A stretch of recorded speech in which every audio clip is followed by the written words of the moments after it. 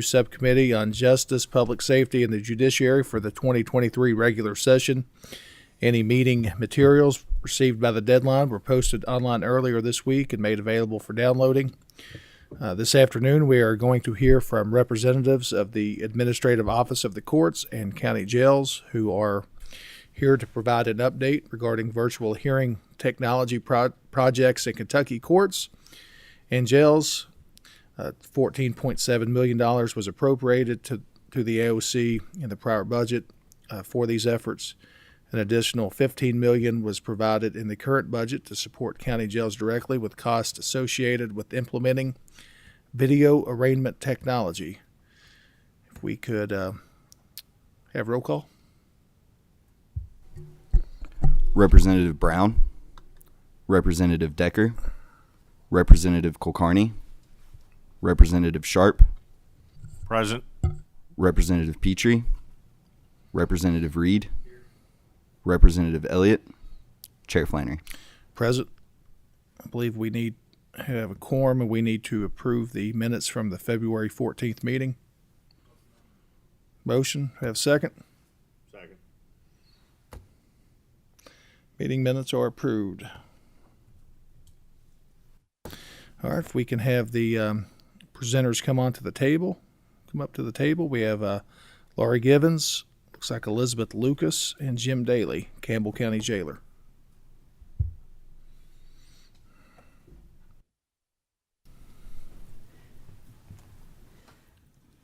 Chairman Flannery, welcome and congratulations, and we appreciate and are excited about the fact that you're going to be chairing our Budget Review Subcommittee for Justice and Judiciary going forward. To my left is Beth Lucas. She's our Director of Implementation and Technology Services. And then to my right is Jim Daly, the Campbell County Jailer. And want to take a minute to thank Jim, the Jailers Association, and the folks that are here today. They've been incredible partners with us on this. I also want to make sure to thank specifically this committee and your colleagues in the House and Senate for what is the largest technology investment this General Assembly has ever made in Kentucky's court system in our history. It's significant. We're excited about the progress we're making, and we're excited to update you not only about the video arraignment and video conferencing projects today, but also 4 other projects that you have funded for us, some of it through federal ARPA funds, some of it through other sources, but it's significant. And I really have to thank Beth and her team and Scott Mattingly, our Chief Technology Officer. I know they presented on this last fall. I'm excited because we've made even additional progress since the last presentation. Beth, thank you. And you mentioned in your remarks, Mr. Chairman, that you've appropriated $10.6 million specifically for the video arraignment and video conferencing project.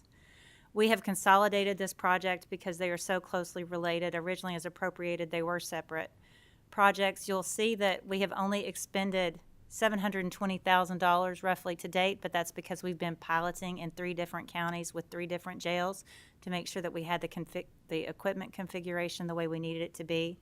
We currently have another $2.3 million obligated, but this is really only initially for the first few courtrooms that we're doing. I want to assure this committee we still have 432 courtrooms that will be equipped total in this project.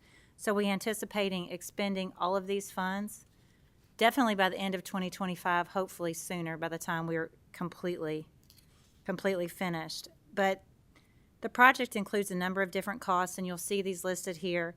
We have the hardware costs, which are the Zoom room and the HDX new JAV system, which is our video system, our video recording system that we've used for years in courtrooms, but this is the newest system that JAVS has created, really specifically in some ways for our court system and specifically for this project following the pandemic. The needs of all courts across the country shifted. There are a number of licenses involved in this project. We've got Zoom room licenses, our cloud room connectors. Those are the licenses for the jails that we are purchasing through our portion of the project.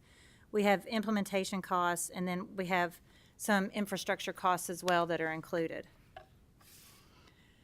It's a multi-generational, multi-year project if we've kind of tried to set forth here. If you think about it, and I know, Mr. Chairman, as a practicing lawyer, you've had an opportunity to use some of this technology. And really for the first time, you used what we were able to Band-Aid together during the pandemic, and that would have been what you see here as the second-generation remote court.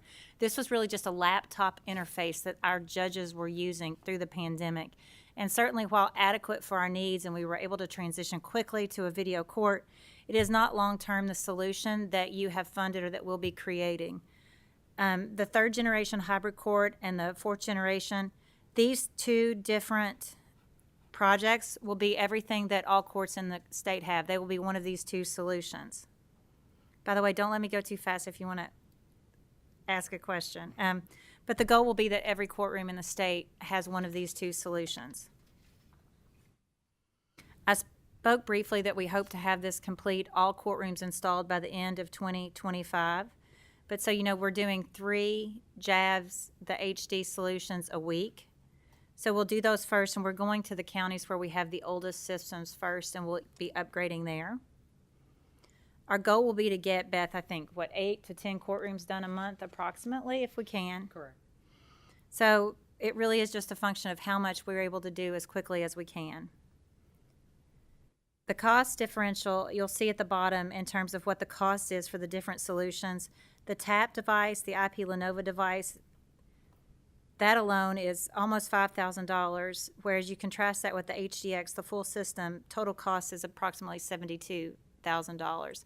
One of the things and one of the challenges, and I think we're excited about getting this technology to our judges, many of them have tested this, but the majority of our judges haven't seen this hardware yet. And I think one of the things that's been overwhelming for our judges, because every few months we've been changing out their hardware, testing a new solution. So suddenly they have benches full of hardware and technology that they don't know how to use, frankly, and it's been a little bit overwhelming. But as we've begun to identify clearly the systems that we're going to be putting in place, we're hopeful. We're getting a lot of positive feedback from our judges who have been testing this TAP IP system because it's easy, because they literally tap the device one time and they will be immediately connected to the jail. It's separate. They're not toggling from their laptop that they're on. It's a completely separate device, and the hope will be it's much easier to use. Judge Blau in Campbell County has been using the HDX device, if that's correct, Beth, with the Lenovo bundle, the TAP solution also, and we're hearing a lot of positive reviews, so we're excited. That is the solution that will be rolling out into the courtrooms, as I mentioned. And Beth, I know, Jim, we've got, I don't know if you want to speak to this slide about, we've tested and selected the jailers have a Cisco hardware device. Yes, I don't know if you ma'am. want to speak about that a little. Thank you. The jailers have tested it. We've put it in several jails throughout the state. And I would drop back and just tell you that I appreciate having worked with LAURIE and AOC, because it was critically important to me. I have a couple of different counties that I hold for, and it's saved us and the various fiscal courts a tremendous amount of money just on not having to ship people and take them back and forth for court every day. In Campbell County, we've done online court for years and years, but this allows us to do it statewide, basically. So at the jailers we've tested, we looked at several different options, and we pretty much settled on a Cisco hardware device. And we've tested it and worked with AOC, so we're now sure that they're compatible and they'll play well together, right? Which doesn't happen all the time in government. But our systems and our people are working well together to get that across the board. We've tested it in my county, Marion and Shelby.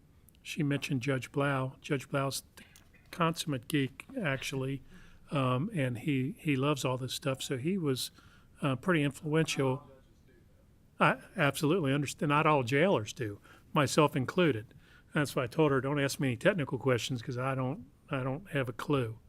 But I know it's a cost-saving, money-saving venture for us.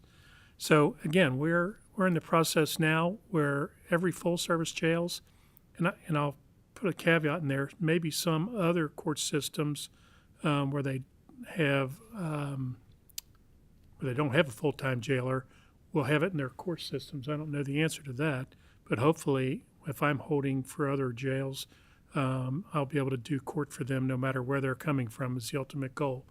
So we have, and it talks about the implementation schedule. We are going through the third-party vendor, which of course is Cisco, and then who I don't know the name of the company that they're dealing with.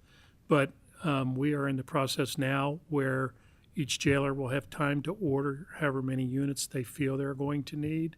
for their respective county. For instance, Campbell County, I would tell you we'll need at least 3. And probably, I've told them if they don't want them, I'll take them all, because we do for pretrial, and we do things for, having a brain fart, probation and parole. So we hopefully we'll be able to do those hearings as well. But we're really excited. We expect within the next year to 18 months to have all the full-service jails equipped and be able to roll it out with the court system.